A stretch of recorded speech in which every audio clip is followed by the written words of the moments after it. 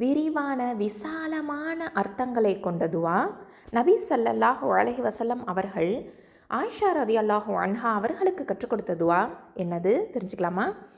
அல்லாஹும்ம இன்னி அஸ்அலுக்கல் ஜன்னஹ் வமா கர்ரப இலைஹா மின் கௌலின் வ அமல் வ அஊது பிக மினன் நாரி வமா கர்ரப இலைஹா மின் கௌலின் அவ் அமல்.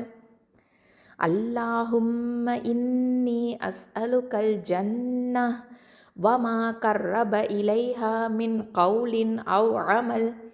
இந்த இடத்துல மின் கௌலின் அவ் அமல் அப்படின்னும் சொல்லலாம், மின் கௌலின் வ அமல் அப்படின்னும் சொல்லலாம்.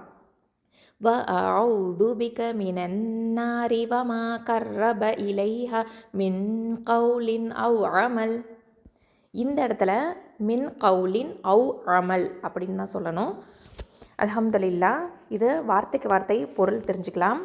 அல்லாஹும்ம யா அல்லாஹ், இன்னி நிச்சயமாக நான், அஸ்அலுக உன்னிடம் கேட்கின்றேன், அல் ஜன்னத சொர்க்கத்தையும், வமா எந்த ஒன்று, கர்ரப நெருக்கமாக்கி, இலைஹா அதன் பக்கம், மின் இருந்து, கௌலின் சொல், வ அமலின் செயலையும், வ அஊது பாதுகாவல் தேடுகிறேன், பிக உன்னிடம், மின் விட்டும், அன்னாரி நரகத்தை, வமா எந்த ஒன்று, கர்ரப நெருக்கமாக்கி, இலைஹா அதன் பக்கம், மின் இருந்து, கௌலின் சொல், அவ் அல்லது, அமல் செயல்.